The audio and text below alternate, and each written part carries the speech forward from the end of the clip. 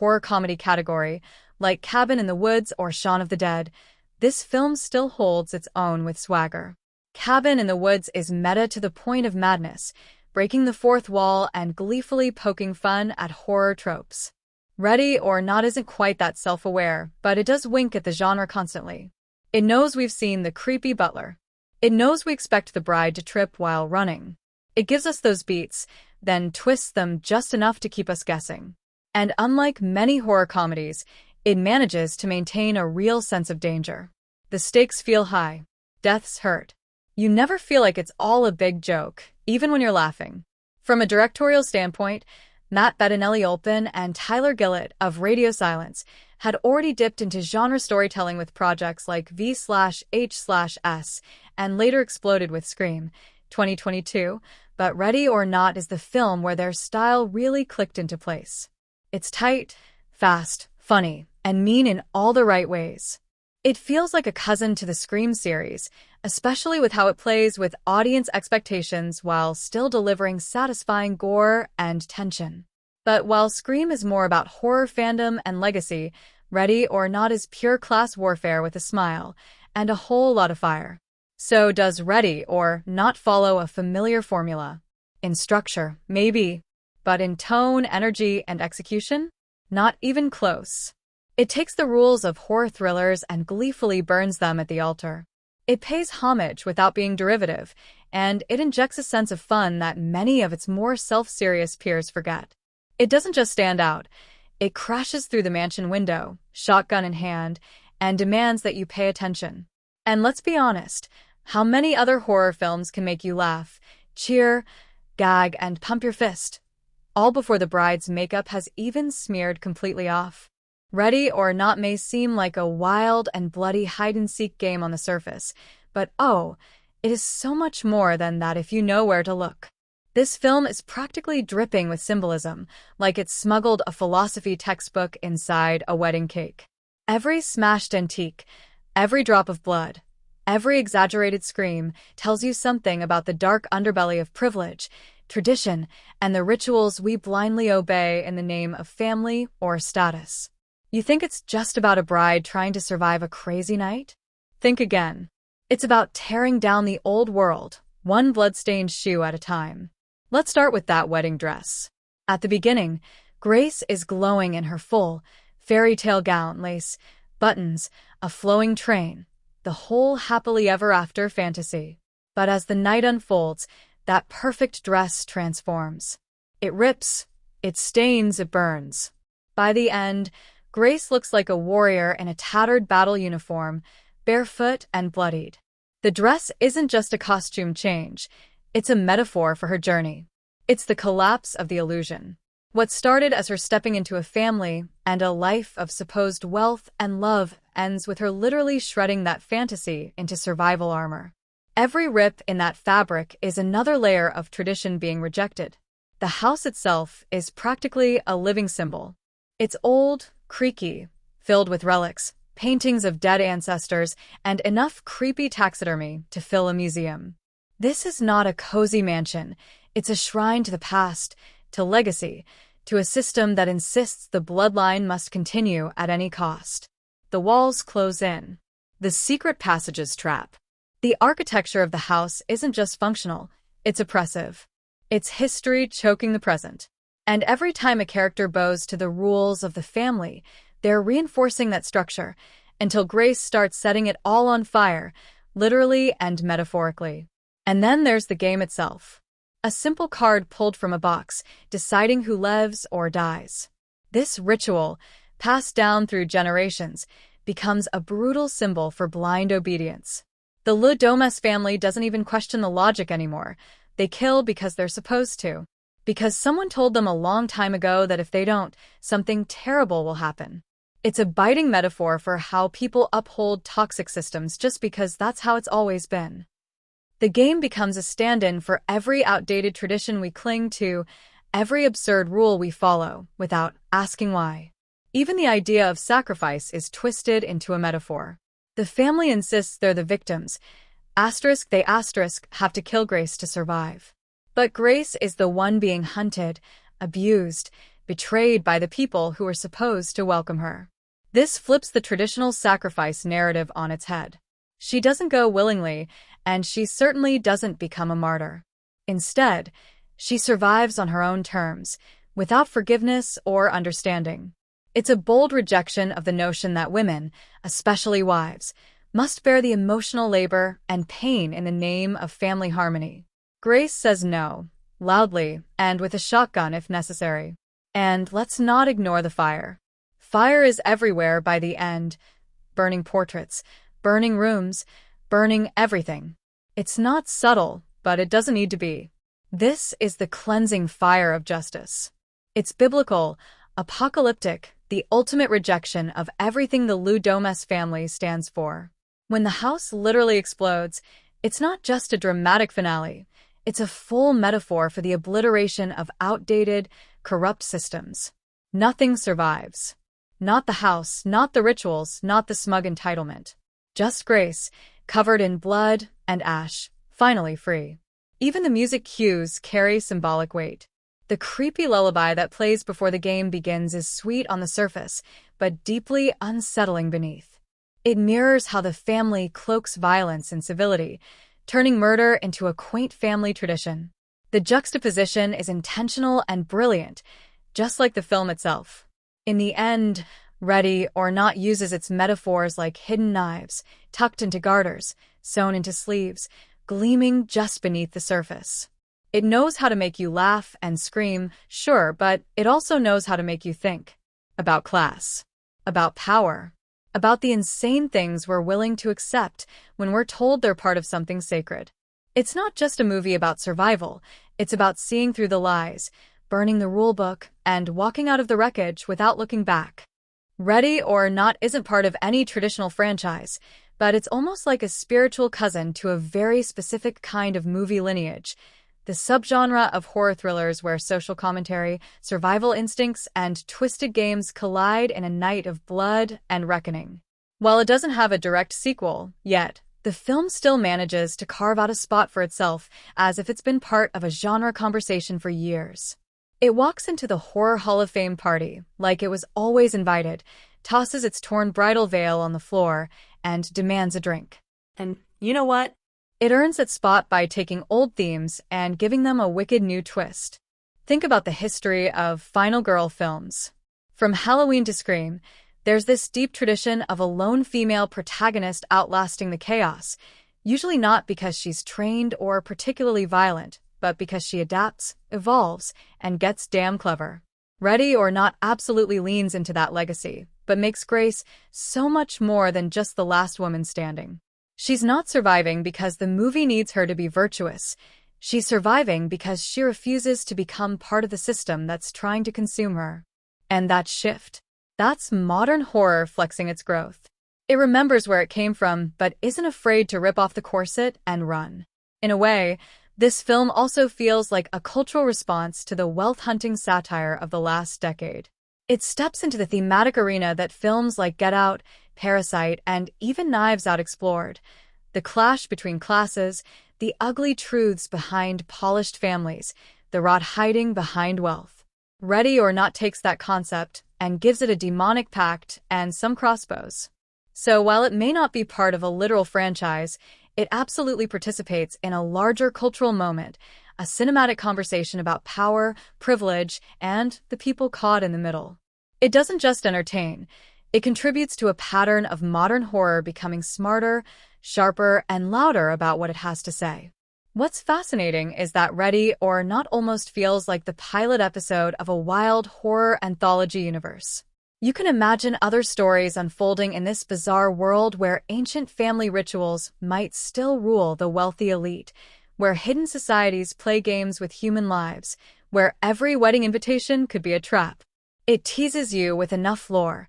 The cursed box, the mysterious Mr. LaBelle, the old world rules, to make you feel like you're stepping into a wider, darker mythos. That's some genius world building for a standalone film. It's not just telling one story, it's hinting at a whole bloody legacy.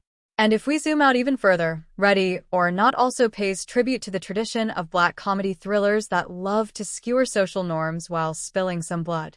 Films like Heather's American Psycho and The Stepford Wives all satirized polite society with a knife behind their backs. Ready or Not picks up that blade and goes sprinting through the halls of the 1%. It's part of that historical tradition of films that make you laugh and cringe at the same time, and it understands that the best kind of horror often has something a little deeper simmering beneath the surface. So no, it doesn't have numbered sequels or a legacy cast popping in for cameos, but Ready or Not plays the franchise game in spirit. It echoes the films that came before it, sharpens their themes, and paves the way for what smart, subversive horror can look like moving forward. If this ever became a series, let's just say there's plenty of cursed boxes, ancient contracts, and furious brides left to explore. But even on its own, it carries enough narrative and genre history in its blood-soaked wedding gown to feel like part of something much bigger. So you've heard the whispers, seen the bloody wedding dress memes, maybe even had a friend scream at you, "Wait, you haven't watched Ready or Not yet." And now the curiosity is killing you faster than a Domas crossbow bolt. Don't worry, because I've got the ultimate guide to how and where you can experience this absolute blast of a film. Whether you're a seasoned horror junkie or a casual thrill seeker looking for something fresh, this is one ride you won't want to miss. And it all starts with knowing where to find it. Let's be honest, most of us live in the era of streaming, click, play, scream, repeat. Ready or Not, ever since its theatrical release in 2019, has enjoyed a pretty healthy afterlife across digital platforms. Depending on your region and streaming subscriptions, it has made appearances on big-name services like HBO Max, Hulu, and sometimes even Prime Video. These platforms know a cult hit when they see one, and they've made sure this devilishly delightful horror comedy is just a few taps away. And trust me, this is not the kind of movie you want to miss just because you couldn't find the right platform. It's a game of cinematic hide-and-seek, and your job is to seek. But what if it's not on your current streaming lineup? That's where digital rental swoops in like a savior in a blood-soaked tuxedo. Head over to Google Play, Apple TV, YouTube Movies, or Amazon, and you can rent or buy the movie instantly. The quality's top-notch, Crystal clear visuals that do justice to the gorgeous Gothic interiors of the Domas mansion and the gory surprises hiding around every corner. Watching this in high definition makes the film even more gripping. You see every twitch of fear on Grace's face, every sinister smirk from the family, every candlelit corridor that promises doom. And let's not forget the collector crowd. If you're someone who takes pride in a stacked shelf of horror Blu-rays and DVDs, Ready or Not belongs in your physical collection. The Blu-ray release doesn't just give you the movie, it gives you all the trimmings. Deleted scenes, behind-the-scenes footage, cast and crew commentary, production insights, and those sweet, sweet bonus features that give you a peek into how a film like this gets made. You get to appreciate just how much work went into making this bloodbath feel so stylish, smart, and strangely satisfying. For some fans, watching isn't enough. They want to study the madness, and that disc delivers. Now, let's talk about how to watch it, because setting the vibe is everything. Don't even think about pressing play on this film while multitasking. This isn't background noise while you fold laundry. This is a full-throttle, adrenaline-charged, edge-of-your-seat experience. You want to dim the lights, draw the curtains, maybe light a candle or two just to lean into the creepy mansion energy. Turn up the volume so you can hear every floorboard creak, every scream echo, every whisper of danger. And if you've got friends over, even better. This movie was made for group reactions, the gasps, the nervous laughs, the NOA, yells when something totally bonkers happens. And if you're watching it solo, don't worry. There's something deliciously fun about being completely alone in a dark room, watching Grace sprint for her life in a bridal gown, covered in dirt and blood, while your heart's racing along with hers. The film plays like a roller coaster that keeps adding new twists after every drop, and being alone for that can be thrilling in a whole different way. So whether you're a streamer, a renter, a buyer, or a collector, Ready or Not is absolutely ready for you. Just be sure to watch it the way it deserves, with your full attention, your horror-loving heart wide open, and maybe a pillow to scream into when things get really intense. Because once you hit play, you're in the game. And in this game, there's no hiding. Ready or Not is one of those delicious cinematic surprises where the budget says small horror thriller and the final product screams, look what we did with some clever brains and a whole lot of blood. The movie was made on a relatively modest budget, around $6 million, and what it managed to squeeze out of every dollar is a masterclass in smart filmmaking. It didn't need expensive CGI monsters or sprawling fantasy sets. It needed a spooky mansion, a wickedly sharp script, a fearless lead, and just enough fake blood to paint the walls, and it delivered all of that like it had something to prove.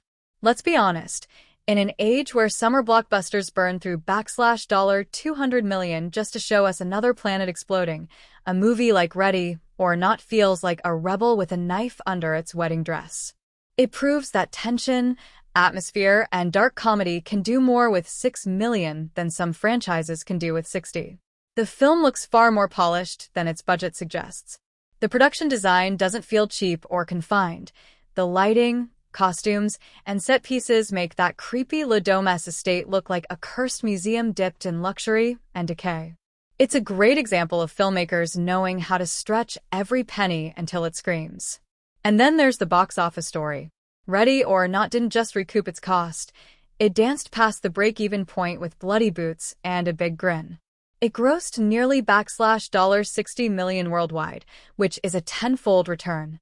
For a horror flick without a big franchise name behind it, no famous monster, and no pre-installed fanbase, that is seriously impressive. It was like a sleeper hit that snuck up on everyone. Word of mouth played a huge role. Audiences who love fresh, offbeat horror thrillers couldn't stop talking about it, and once the buzz started, the film just kept building momentum. Marketing also hit the sweet spot. The trailers leaned into the twisted fun of the premise, without spoiling the movie's best surprises. Posters gave off that rich, gothic meets bloody chaos vibe. And who could forget that stunning visual of a bride with a torn gown and a shotgun? That image alone could sell 1,000 tickets. The film knew exactly how to present itself. Fun, ferocious, and just weird enough to stand out from the typical horror crowd. But perhaps the biggest financial weapon in its arsenal? Timing. Ready or Not dropped during a relatively quiet period in theaters when moviegoers were hungry for something different. No massive superhero tentpole to compete with. No holiday chaos. Just a sharp, savage, entertaining movie with bite. Audiences showed up, told their friends, and kept it alive in theaters longer than most expected. What makes this financial success even more satisfying is that it proves a great idea, a solid cast, and bold direction can punch far above their weight class. Ready or Not wasn't trying to be a blockbuster. It was trying to be clever, chaotic, and completely its own thing. And that authenticity resonated. It didn't play by the usual rules, and somehow, that rebellious spirit translated into cash. It didn't just survive the box office game. It won the round, shotgun in hand, laughing at the flames behind it.